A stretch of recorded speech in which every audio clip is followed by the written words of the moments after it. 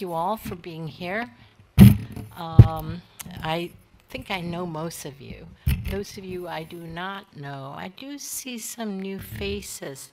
Can I see a hand of who is not an Asian Society Hong Kong member? Wow. Okay, you guys, you need to be a member. And the reason is we really have great programs this last 6 months. I mean, things are ballistic, going, speakers and so on and so forth. If you're a member, you get first div, and especially if you're a President's Circle member, which is higher tier of individual member, then you get invited to, for example, last Friday, we were able to put together a really last-minute President's Circle and corporate member dinner with Professor Jeffrey Sachs from Columbia, and that got put together in less than a week. And so membership does have its privileges here at Asia Society Hong Kong. And so please consider joining a member. And I think we're offering some really wonderful discounts if you join 3-month free. And the reason is, I think Hong Kong is back. I think those of you who were in Hong Kong last week know how crazy with all the conferences, summits, the sevens, the art fairs, we are getting visitors, and a lot of visitors. And sometimes these wonderful speakers will contact us and want to use Asia Society to speak to an audience, like all of you. So becoming a member, you will get first dibs. And if ticket sells out, we will give members priority. And so please consider, the way I look at it, the crazier the world is, the more popular we are. And really it has been like that especially this last 3 months. And so that's why I can't sell the membership enough. And it is really, the quality of the speakers are also quite unique. And it's because Asia Society Hong Kong is part of a network of 16 centers around the world. And today, this afternoon, we have a wonderful honor of hearing from our Managing Director of Asia Society DC office, my wonderful colleague, Wendy Cutler. And Wendy is the expert on what tariff. She helped negotiated TPP, some of the trade, U.S.-China, U.S.-Korea. I think her illustrious career of 30 years in this field, again, only you can get this at Asia Society Hong Kong. And tomorrow, we have a wonderful program featuring 3 of our global trustees. The Asia Society global trustees are meeting this next couple of days here at Asia Society Hong Kong. So we're taking advantage of Wendy being here, our president, Dr. Kyung-Hwa Kang, and as well as Ambassador Cheng Hong-chi, who is our global co-chair. Ambassador Chen is coming already in from Singapore. We have Vali Nasser, Professor Vali Nasser from Hopkins. Professor Nasser at Hopkins will be a speaker tomorrow, as well as colleague Jing, who runs our ASPE in New York. So it's quality programs like this that I'm really, really delighted that Asia Society Hong Kong can host. And so that's one of the reasons you kind of want to become members. Then also, that's just the business and policy side of it, and the arts and cultural side of it is really also quite unique. And so just those of you who have time, we have a really interesting 2 sculptures. As you exit, instead of walking here, go to the courtyard. There are 2 sculptures that are really, some really interesting stories from Art Institute of Chicago. Those of you who are familiar with the Art Institute of Chicago, they have some wonderful artwork. And they have an interesting project. And this pop-up exhibition literally popped up on Friday. And I asked if we can keep the sculpture for a couple of days to show off to our colleagues, our trustee. They said yes. So until Wednesday, those 2 unique sculptures are in the back there. And once you see the sculpture and find out the story behind it, you'll be really glad you did. So with that, I'm really delighted.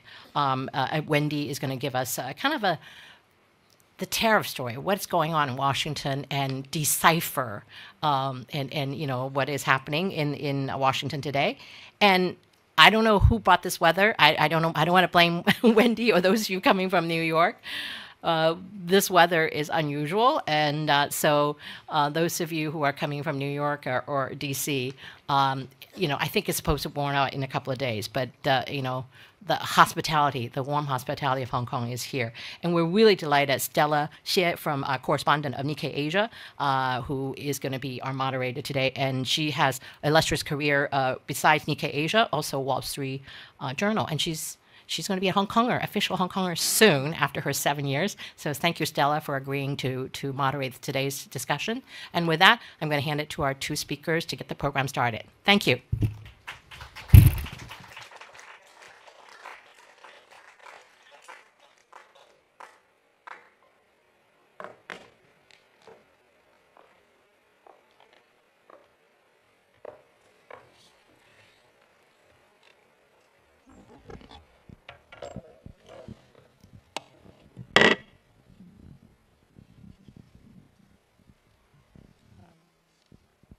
Okay, I guess this mic is on already. Can you, yes. Hello. Okay, great.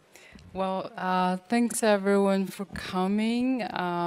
Thanks so much for your time and bracing the cold weather. Hopefully we have a heated discussion that can warm up the temperature a little bit. So it's a great honor to be sitting down with Wendy, who is the one of the top trade experts in the U.S. Wendy, we're so close to the April 2nd, which Trump describes as a Liberation Day.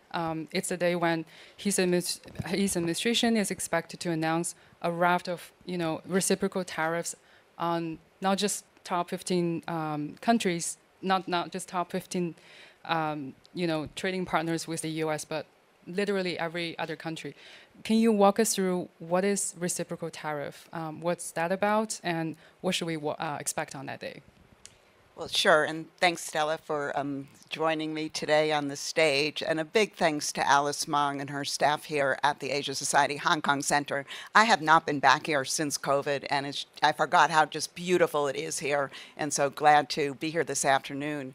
So, reciprocal tariffs. Well, the first thing I would say about reciprocal tariffs is that at a very general level, they make sense, right? And the thinking behind them is, in a real-life example, the U.S. has a tariff of 2.5% on autos. Europe has a 10% tariff on autos. And so President Trump is saying that's unfair. We should have equal tariffs. And so the notion of reciprocal tariffs is to equalize the tariff rates between the United States and our trading partners. Where it gets really complicated, however, is in the implementation. How do you take a policy at this level and actually implement it? And just to give you a sense is that, for example, in our tariff schedule, there are over 10,000 product lines. And then you multiply that by, let's say, 200 countries, and you can imagine how detailed a reciprocal tariff policy could be. Clearly, we can't implement something like that. And so up until about 24 hours ago, there seemed to be a consensus around the idea of pick the countries with whom you have the largest trade deficits, the largest gaps in tariff differentials, hit those countries with one rate. So in other words, and this is just examples, country X might get a 10% rate, country Y might get a 20% rate. And that's where I thought we were headed. But overnight, it seems that our president thinks that the policies that his team has come up with are too complicated, and he's asked for something that's simple and cleaner. And now it seems that he's favoring what's called a universal tariff, and that would mean the same tariff rate for all countries, not just a small group of countries, and the number 15 was used, but come up with a tariff rate against all countries that you could implement and the public would understand. I guess that brings us to the second question, really. These days we can't hear about Trump without mentioning the word tariffs. He has called himself a tariff man. He seems to view it as the ultimate solution to many economic problems. He even said tariff is one of the most beautiful words in the dictionary. So what do you think Trump is ultimately trying to achieve by using, the tariffs as a tool? Is he just trying to level the play field, or is he looking at tariffs as a mechanism to improve fiscal income for the government, or is simply a pinpoint to force other countries to negotiate with the U.S.? And I guess the answer is all of the above plus a couple of more objectives. And depending on the day, he will point to a different objective. So for example, as you mentioned, one is negotiating leverage. And the idea being if you hit a country with a tariff or you threaten a tariff, they may come to you and say, wait, we don't want that tariff. What do you want from us? We'll go ahead and make some concessions. And to be honest, we're seeing that now. India, for example, has lowered some tariffs. Europe and the UK are talking about getting rid of their digital services tax, and there are other examples. So negotiating leverage. But that assumes that a tariff is that you either impose it or threaten it, and then you would lift it. This is at cross purposes with another objective that he has, and that is to use tariffs to raise revenue, particularly given the significant tax cuts he wants to pursue. Under U.S. law, in order to, spend government money, you need to show where you're saving it. But it doesn't stop there. He also says tariffs are necessary to equalize trade, get rid of unfair trade practices, narrow trade deficits. And he also, frankly, is using tariffs to achieve what I would call non-trade objectives. So just overnight, for example, he was not happy that Putin in Russia, hasn't been playing nice on him achieving his ceasefire, and he threatened tariffs against countries that are buying Russian oil, which is, very little to do with trade, and more to do with trying to achieve other geopolitical aims. So again, many objectives, and some, frankly, are at cross purposes. And in terms of tariffs this time around, we've noticed that he seems to be acting really tough on Canada and Mexico, which are, traditionally U.S. allies. Why is he doing this? Do you see it as a tactic for the U.S. to kind of pressure those countries so that they can more side with the U.S. and take stance against China? Yeah, I think we all were a bit surprised by how focused he has been on Canada and Mexico, not only our two neighbors and close allies, but countries with whom we have a free trade agreement, the USMCA. When he initially threatened and then imposed certain tariffs and then took them off and then put some of them back on, his concerns were focused on drug interdiction and the migration issues. And migration in particular is something that's been top of mind for him. So in that regard, maybe they shouldn't have been such a total surprise. But I think what also is going on here is that we have a lot of leverage with Canada and Mexico. And that is, not only are we their largest trading partners, but 80% of Canadian and Mexican exports go to the U.S. market. And so, given we have a lot of leverage, he probably is thinking that these could be early wins for him in his overall policy, not only on trade, but migration too. And then he can turn to other countries. It hasn't exactly worked out that way because Canada in particular has been very vocal and has actually imposed its own retaliation against the U.S. Mexico has been a bit more measured, but we haven't solved these problems with Canada and Mexico yet. And now maybe let's pivot to the U.S.-China relations. I think there has been some media reports coming out earlier this month that there might be a so-called birthday summit between Xi Jinping and Trump in July, around their birthdays. Given what has happened since, considering the U.S. has already slapped 20% tariffs on the blanket, Chinese goods, and this rate can even go higher, how likely do you think the birthday summit is at this point? And do you think there will be a so-called grand deal between U.S. and China? And please just help us unpack what the grand deal would entail if there's ever one. Okay, those are some easy questions. Well, first, this birthday summit, apparently Trump and Xi Jinping, their birthdays are like a day off from each other. Yeah, basically the same day if you consider the time But zone the time difference. But the years are different, and I can't recall who's older, but I think it's President Trump. Yeah. So, from day one, the president has been, seems quite interested in holding a meeting with Xi Jinping. He mentioned early on that he was thinking of taking a trip to Beijing, within his first 100 days in office. He's talked about this birthday summit. He mentioned to reporters earlier in the last week that there'll be news about Xi Jinping coming to the U.S., etc. I'm personally a little skeptical of this, and that's kind of based on the years I've worked with China, negotiating with China, and that is that China, in order to hold a summit with the president, will not want to risk any humiliation or surprises. It will want a very well-orchestrated summit. And right now, things are a bit chaotic in that not only has China been hit by tariffs, but there are a number of other policy moves that China's not viewing favorably, including an expansion last week of our export control list and adding more Chinese entities to our export control list.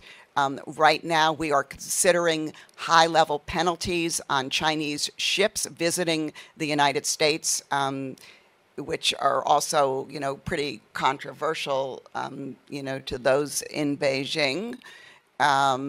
There is a policy that yet to be implemented to eliminate what's called the de minimis exception for small packages coming from China, and a new executive order limiting outbound and inbound investment from countries like China. And then when you put on top of it the so-called Liberation Day tariffs, that can include more tariffs against China. And in addition to the 20% tariffs you mentioned, China's also subject to the 25% tariffs on auto parts, steel, and aluminum. So, again, just going back to what I said earlier, I think that for Xi Jinping and for his aides around him, they're not going to risk a summit that isn't well orchestrated, and they have some confidence that things will end up in a better spot. And so I think what will be important to watch as a sign of whether a summit meeting may happen or not is whether high-level officials in his cabinet are speaking and meeting with their Chinese counterparts. We've seen some of that over the past week, but I think we need to see, many more meetings and conversations. And if you take a guess, Wendy, during Trump's first term with China, China and U.S. signed a so-called Phase 1 deal. Of course, according to Peterson Institute, China did not fulfill most of the purchase of the goods purchased. What do you think China wants now this time around? What does China want to demand from the U.S.? Yeah. So if indeed the two sides agree to negotiate a Phase 2 deal, I think that both sides are going to have requests which are going to be difficult for the other side to meet. And so I think this would be an extremely difficult negotiation. From the U.S. perspective, I think they would like to not only get China to live up to its commitments in Phase 1, the Phase 1 agreement, but they'd probably seek building on the Phase 1 commitments, not just with respect to purchasing requirements, but also intellectual property protection, technology transfer, agriculture restrictions, etc. And then moreover, I think the United States would also want to find concrete ways to deal and curb the export of Chinese excess capacity, industrial excess capacity, to the United States. And that will be difficult. Some people are already talking about, and I'm one who is, that maybe we need to ask China to impose voluntary export restraints. That may just be the quickest way and the most, a way in which we'd have the most confidence that we won't be flooded with Chinese imports. Also of growing concern to the United States are the activities of Chinese firms in third countries, particularly those activities which seem to be directed at avoiding U.S. tariffs. So, for example, Chinese companies have moved to Vietnam in the solar sector, where we imposed high tariffs from China, only to find out that the same Chinese companies move their operations to Vietnam exported from there and therefore weren't subject to the China tariffs. So those are just some examples of what the U.S. might be seeking. China, on the other hand, will have its own list. And I think top in the list, they're going to want some kind of reduction of U.S. export controls on technology exports. They'll probably be looking for a rollback of all of these tariffs that Trump has either put in place or will be announcing. They'll probably want some guarantee that no further tariffs will be levied against them. And I think they'll also be very interested in opportunities for Chinese companies to invest in the United States. And I can't underscore how difficult all of those asks will be for the United States. And so while the two sides may be able to launch phase 2 negotiations, I don't think they can be concluded quickly if indeed they're going to be meaningful and tackle some of these really tough challenges. Mm-hmm.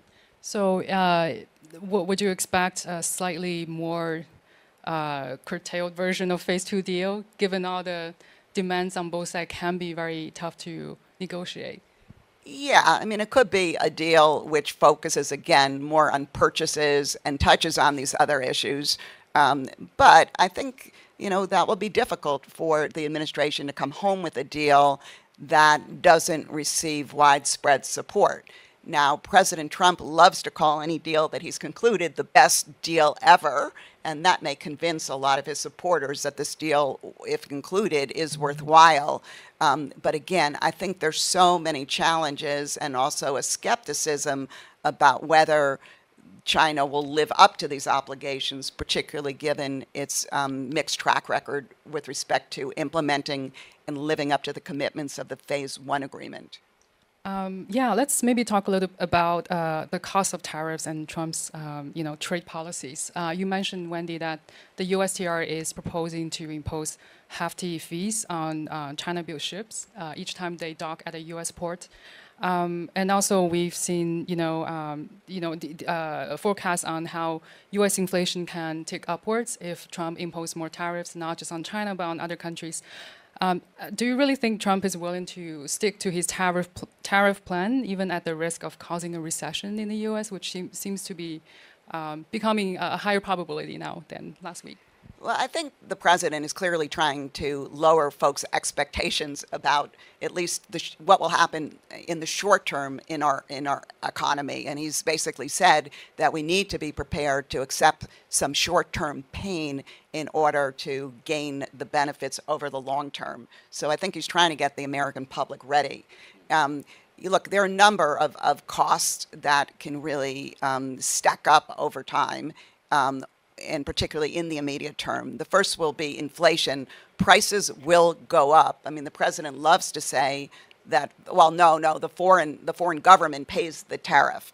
That is not accurate. So what happens when a good comes into the United States, the importer on record, whether that be a distributor, whether that be like a Walmart type company or whoever, they're the ones who have to pay the tariff. So that's if a good is $100, the tariff is 25%. That importer then has to pay that extra $25. Now, the question then is, well, even though the importer has to pay, who absorbs all the costs of that $25? And frankly, there are three different folks that could, three different parties that could assume the cost. The first would be the importer. The importer just decides, I'll pay that $25. Second, the importer can go to the purchaser, whether that be a Walmart or an industrial consumer, and say, look, I've had to pay $25 more. I need you to pay an extra $10, let's say.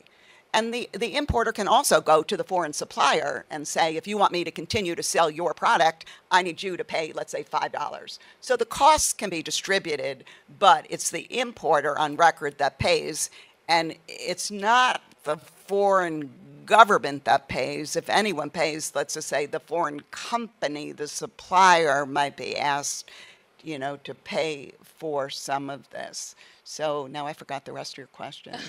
No worries.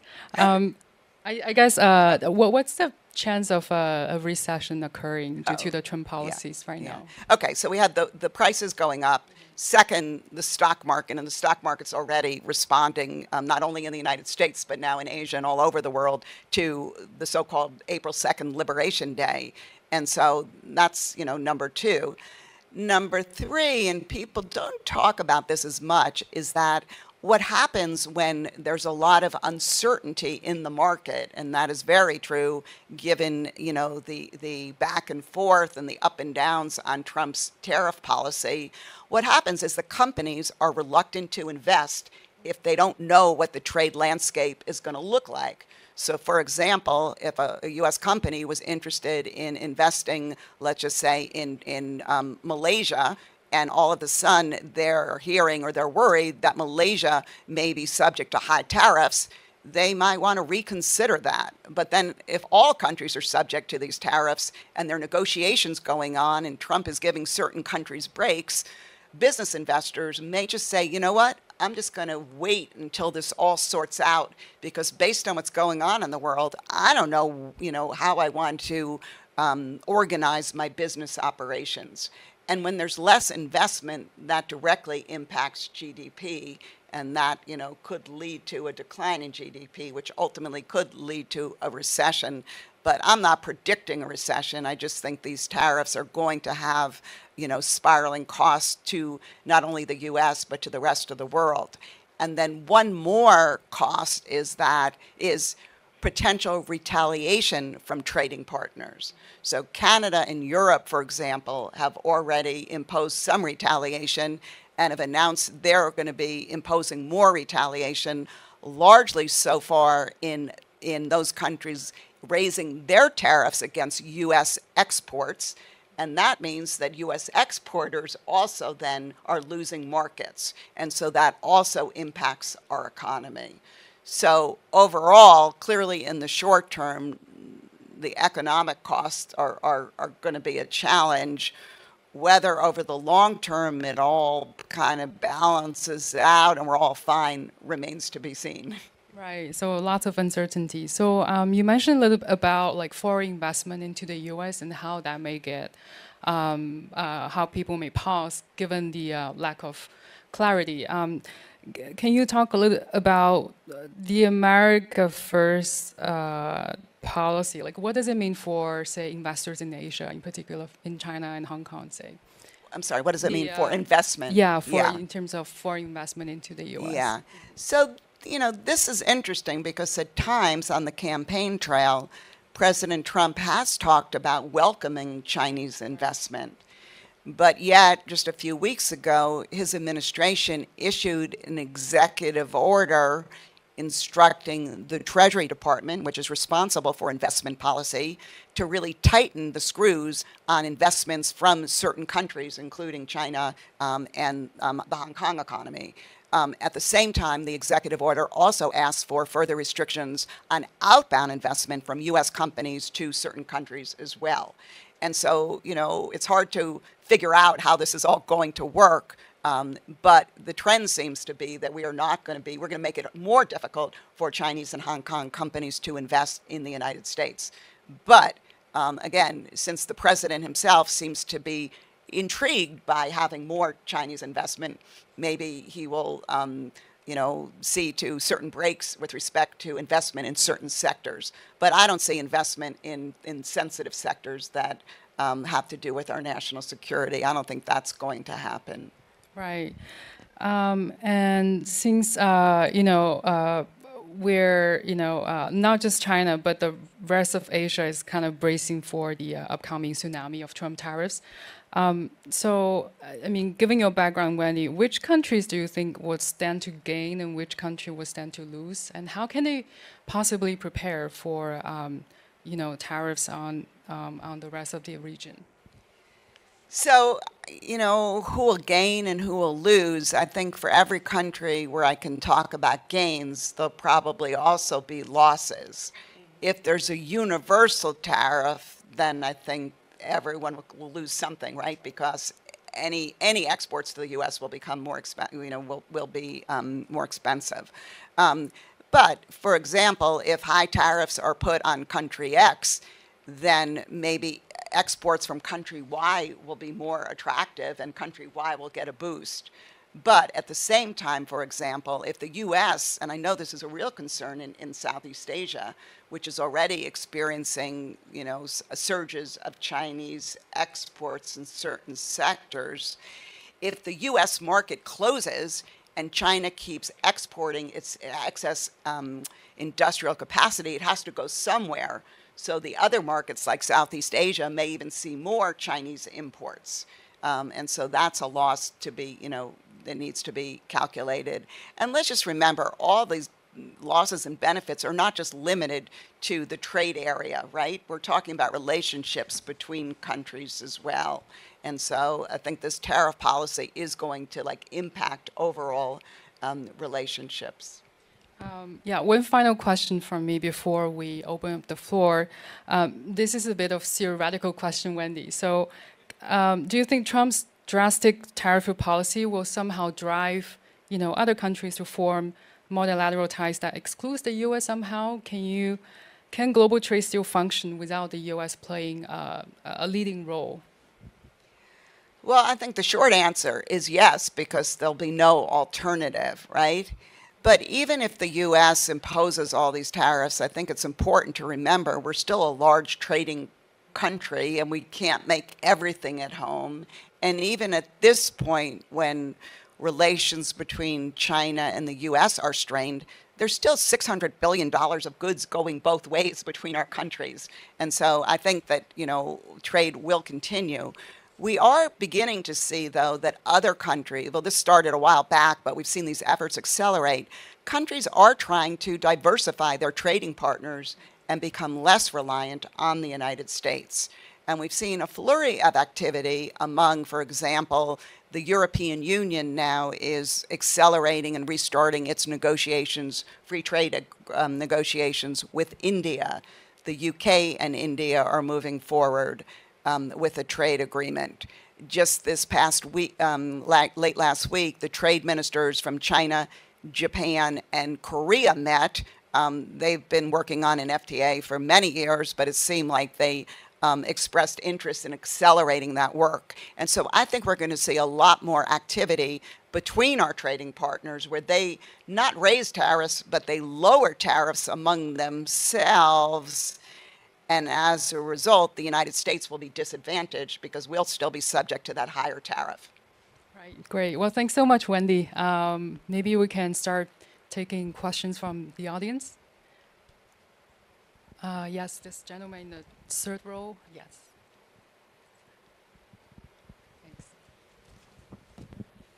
Thanks. Thank you very much, Wendy. It's a wonderful insights into all sorts of things. Two questions, if I may. I'm a shipping guy, and the shipping levies on Chinese-built ships calling America sound completely bonkers because they'll stop very good trades that are going on. A lot of American exporters won't be able to export their stuff. As you rightly say, the import will be passed on.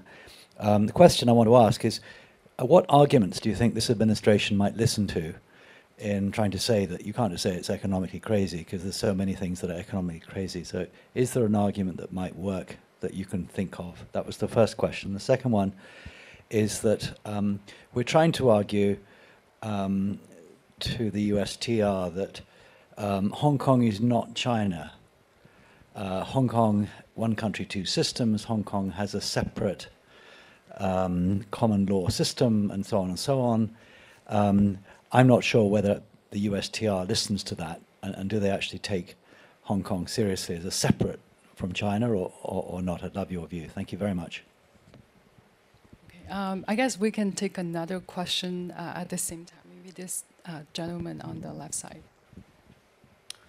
Hi, thank you very much. I'm Brian. I teach philosophy at HKU. It's lovely to see you here, Wendy. Thank you for being in Hong Kong.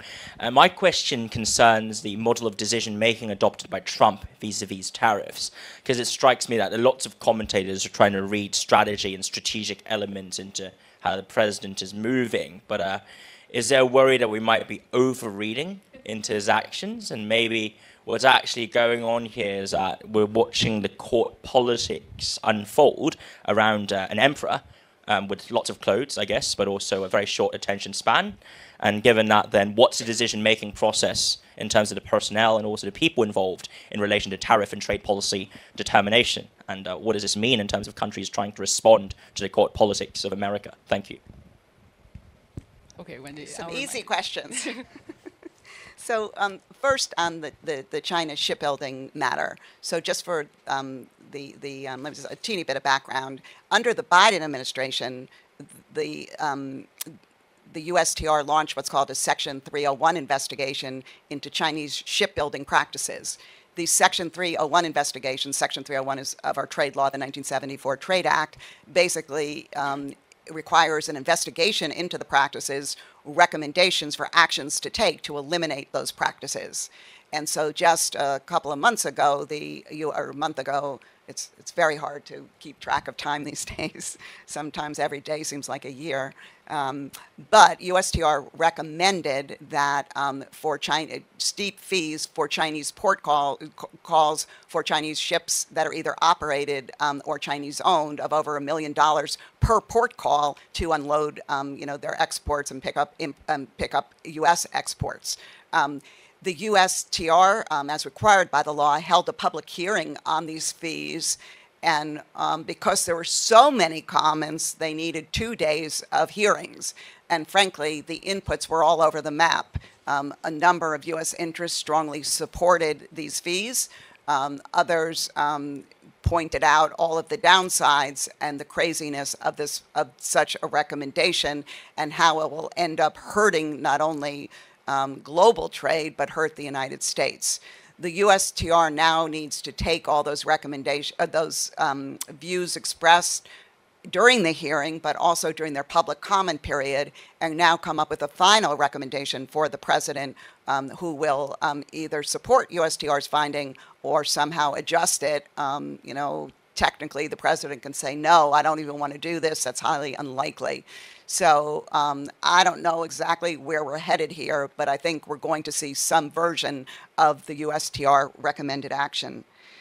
With respect to Hong Kong being treated separately from China for trade purposes, as I'm sure many of you noted, that the tariffs that Trump put on China during his first term did not apply to Hong Kong. But this time around, when he applied 2 different intervals of 10% tariffs, these tariffs now are being applied to Hong Kong as well. Now that is the U.S. policy. I would just clarify, it's not just USTR's policy, it's the policy of the U.S. government now, which views basically, it's hard to distinguish between Hong Kong and China for the purposes of these tariffs. And then finally, on the strategic thinking in Washington, and whether we're over-reading all of this. Look, with any policy, I'll just tell you a story. When I used to negotiate trade agreements, sometimes we made decisions that were made in for reasons that our trading partner really they just couldn't understand why we were making a certain decision. And later on, when we, after we reached a deal and we kind of sit down and have a drink and talk about some stuff, our trading partners somehow would assign all of this strategic thinking that we thought through everything. We knew exactly what we were doing. And, I would share with them, no, basically someone, the USTR had to go home by 8 o'clock that night. So we needed to make a quick decision and this was it. So I don't want to, all I'm saying is this always happens in life and in policy, whether a lot of these policies are well thought out or are they more tactical or seat of the pants. I would say that our president tends to be a bit more impulsive than at least President Biden. President Biden was, very methodical in his decision making. And sometimes was criticized for taking too much time. I mean, people, when I think about the tariffs we put on against China during Trump's first term, there was to be a 4-year review on whether to keep those tariffs or increase them. And I think the Biden administration took about 2 years to conduct that review. And so, you can be criticized for being too deliberate or being too quick. But in any event, we are where we are. Yes, this gentleman. Sorry. Yeah. Thank you. Thanks, Wendy. I don't feel any better, but at least I feel more informed. You mentioned inflation, and obviously you mentioned Walmart, and we mentioned Target and Costco. Is there a trigger point where this is going to start to affect politically? You had to be concerned when you were negotiating too about that as well, and for farmers as well who could get retaliatory tariffs and who have been hit by what happened with AID as well, and many other areas. Many of them voted for Trump and voted for the administration. Is there a trigger point, do you think, that it could turn, or are we past that now? We're in a different era. Great. Let's take one more question on the back, maybe. Gentleman on the back. Thanks. Yeah. So the two stated objectives of tariffs are illegal immigration, drugs. The second one is to get manufacturing jobs to the US. Given that most governments in the world today want to upgrade and create more services jobs, is there a logic to try and create more, what I would argue is lower paying blue-collar jobs instead of more services jobs, which are typically better paying? Okay, let's take one more, and then Wendy will answer. Okay, this lady up front, thanks. Thank you, Wendy and Stella, today for your time. So I just want to ask about the financial markets. In terms of, so you talked about how there may be potentials of, companies pulling out and the government imposing certain restrictions on investments, particularly in, for example, between US, China, US and other countries. And so in terms of the timeline and sort of the stress that these businesses could take, is there a possibility of a divergence or a pulling out of these U.S. companies, investment companies from Hong Kong even? And how long do you think this will have to go on without resolving to allow that to happen? And then the second part's about the sustainability. So we know Trump's feelings around sustainable investments, and a lot of it's also related to supply chain discrepancies and efficiencies. And so how much of that is going to be affected as well? Thank you. Okay, so first, the question on inflation and, at what point, does this become, an issue that leads people to question their support of the president? I don't know, we'll see. When I think of what, in terms of the calendar, I think we need to keep in mind our November midterm election. A year from November, it seems a long time off, but that's, right now our Congress, the Republicans lead both houses of the Congress, but the House, the Republican margin is very low. There's some key House races that are being held right now, and some of them are a lot closer than the Trump team had hoped for. And as many of you probably read, he has asked his nominee for the UN, a Congresswoman, Stefanik, to no longer go to the UN, but to stay in the House because they need her vote. And so I think that will be kind of the earliest kind of referendum on these policies. But again, if people start seeing these price increases across the board, not only just at Target and Walmart, but with respect to auto tariffs, the estimates are all over the map, but I've seen estimates from an extra $3,000 to $8,000 per car. And for cars that people are driving, trying to get replacement auto parts also being, extremely expensive. And I think you made a great point when you combine this with our farmers taking a hit, because when countries retaliate against the United States, they don't retaliate necessarily on the same products. They pick the products that are going to hurt the United States the most, and the products in states where they're hoping that the legislatures and the governors will become active and lobby the White House. Now, under Trump 1.0, when the farmers were hurt, the president then turned around and offered them additional financial assistance in the tens of billions of dollars. He may need to do that again. But yeah, I think that we all, people will be watching the public's reactions to price increases very closely. And that, it could lead the president to decide that maybe trying to negotiate with countries becomes a more attractive proposition rather than keeping some of these tariffs in place. I can't read my handwriting. The second question, about services and manufacturing jobs.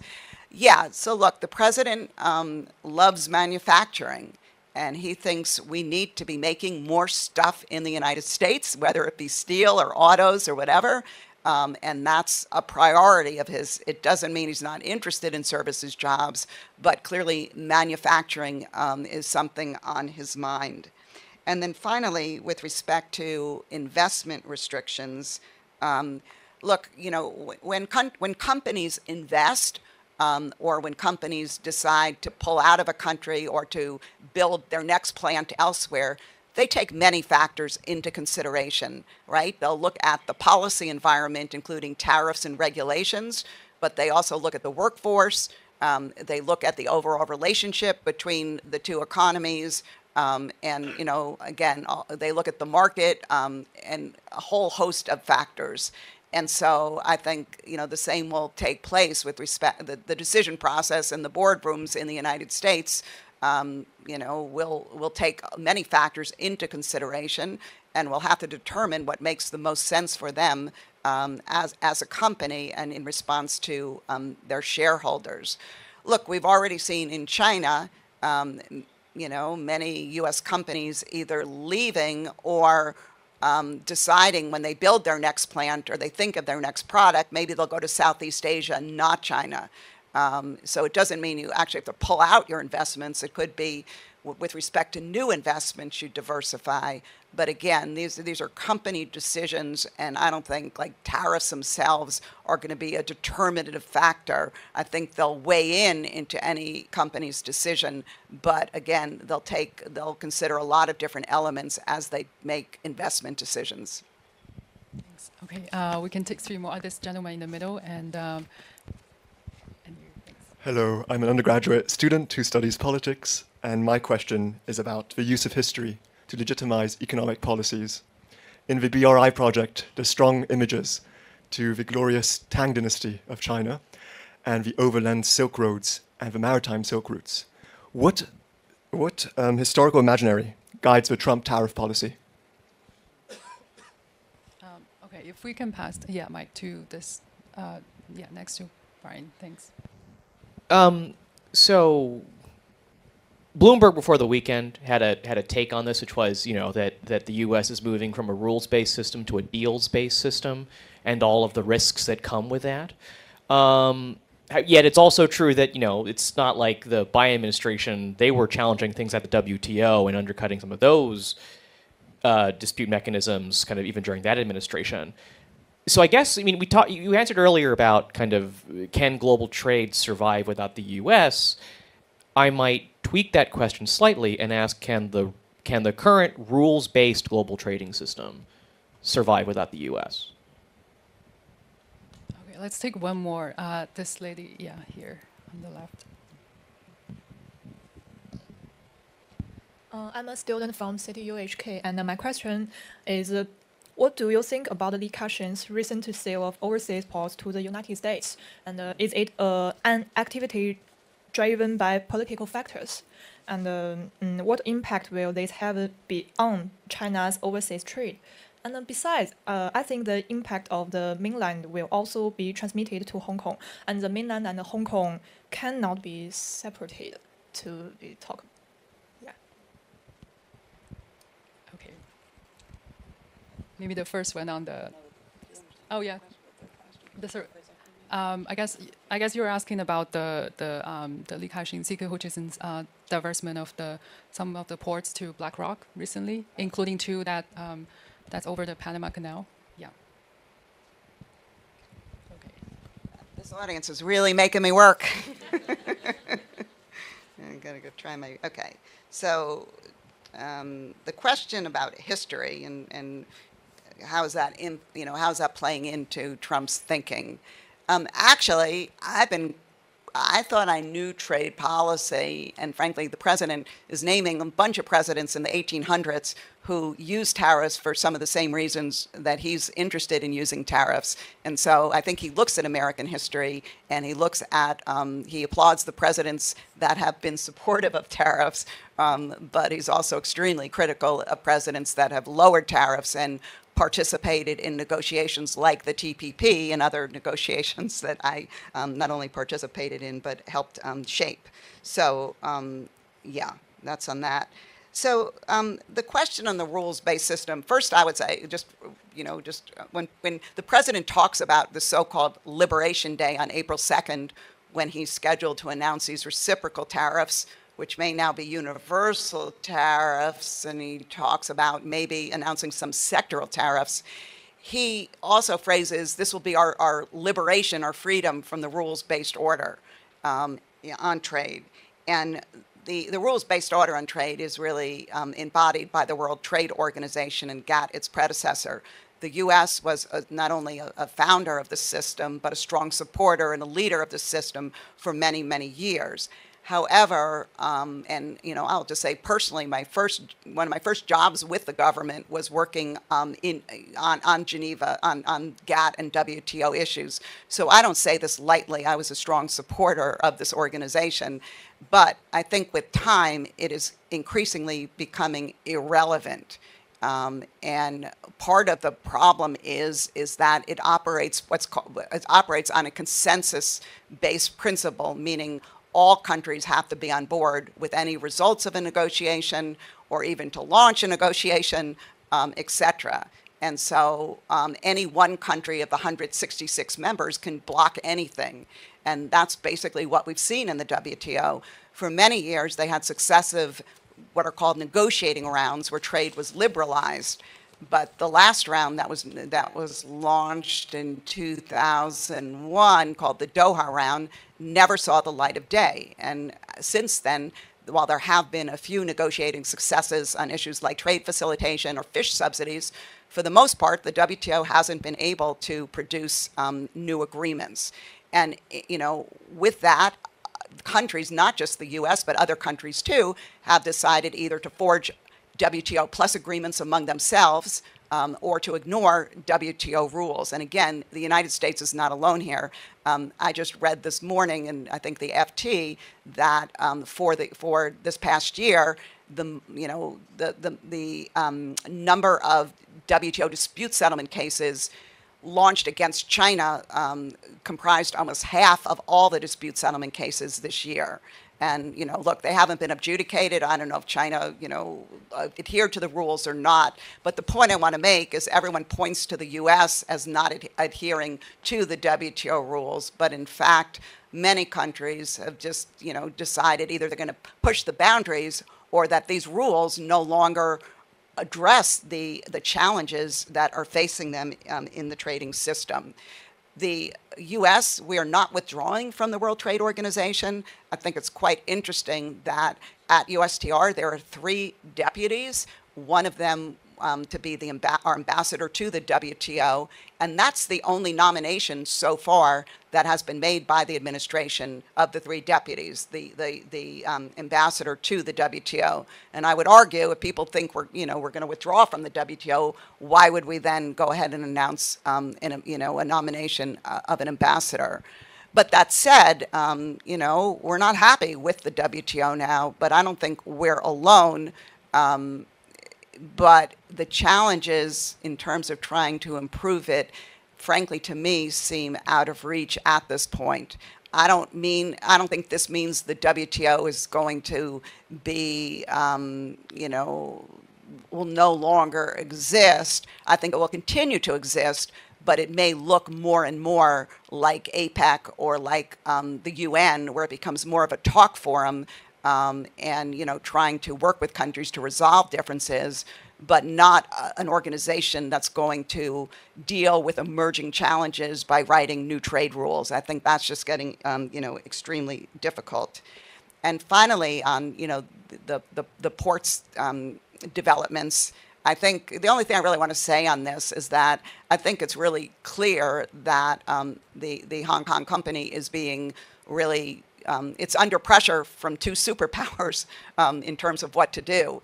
And I hope that there's some sweet spot that can be reached, because I would not personally want to be in that position. It's a very difficult decision to make. I hope it doesn't mean that other companies going forward are going to be facing the same types of pressures, but I'm afraid that that might be in the cards. Great. I guess we can take maybe one more questions. I know we're close to the end. Yeah, can we get Louis here? Thank you for giving me this space, Stella. Wendy, when the Biden administration started, some people thought that probably those tariffs that the Trump administration, the first one, put on, probably they will go down or go away. That didn't happen, and new ones came up. Like, is it at all, from a political economy perspective, could it, I mean, what do you think? Like, is it at all possible to see tariffs coming down at some point in 6, 7, 8, 9 years? Or are they likely to just ratchet up? And then secondly, you talked a little bit about what is happening in the US, what that may mean for other countries. There are incentives to maybe not join, and there are also incentives to just join and also ramp up tariffs. Do you think that what's happening in the US is likely to just drive up tariffs across the board globally? So, you know, one point we haven't really discussed is that all of these tariffs that Trump's talking about are cumulative. You'll also hear the word stacked or additive. So, for example, let's just take China right now. I think about 60% of their tariff lines are subject to the 25% tariff from Trump 1.0. And then you add on the 20% percentage points that were announced early, last month. So that means Chinese tariffs at 45%. But then if it's steel, aluminum, or auto parts, that would take your tariffs up another 25%. And then if they're reciprocal tariffs and you add that on, you really get to a zone where, at least with respect to China, our tariffs are approaching, in some products, close to 100%. And at that point, or close to that point, tariffs become what are called prohibitive, that it's not even worth trading or exporting. So my view is, and particularly if we're going to enter a new trade negotiation with China, I think both sides are going to need to find a way to lower some of these tariffs. Because if you keep adding on and adding on, I mentioned earlier one of Trump's objectives is to raise revenue. Well, you're not going to raise any revenue if there's no trade. And so I think there is a possibility. Biden also, not only did he maintain the Trump tariffs, but he also, in a very surgical way, increased tariffs on batteries, electric vehicles, and some other goods from China. So again, I think hopefully there's a way to bring them down, but I wouldn't expect we're going to get back to where we were before Trump 1.0 anytime soon on tariffs. Your other question had to deal with, are other countries going to follow what we do with respect to tariffs? I think that's a clear possibility. For example, when Biden increased our electric vehicle tariff against China to 100%, not long after that, Canada did the same thing. And so I think there will be, certain countries will either choose to follow the U.S. or decide, well, wait a second, if the U.S. can get away with this, why don't we raise our tariffs too? So that is a distinct possibility. But that said, many other countries, particularly smaller and medium-sized countries, they value the rules of the WTO. And so I've been surprised that more countries haven't raised their tariffs, but I think many small and medium-sized countries feel they're better off trying to get everyone adhere to the WTO rules versus violating them and then, being subject to more tariffs. Great. I think that's all the time we have today. Thanks so much, Wendy, again, for your inputs and insights, and thanks everyone for being here. On behalf of Asia Society Hong Kong, I want to thank Wendy and Stella and all of you for being here. By the way, there are still seats left for tomorrow's lunch program. So if you are interested, please sign up. The Trump 2.0 Perspective from Asia. And you will hear from Professor Vali Nasser, Ambassador Chen Hongqi, and our President Kyung Hwa Kang. So feel free to sign up for tomorrow's program, but thank you all for being here. Again, Wendy, thank you, thank you, thank you. And so look forward to seeing you at future programs. Good evening.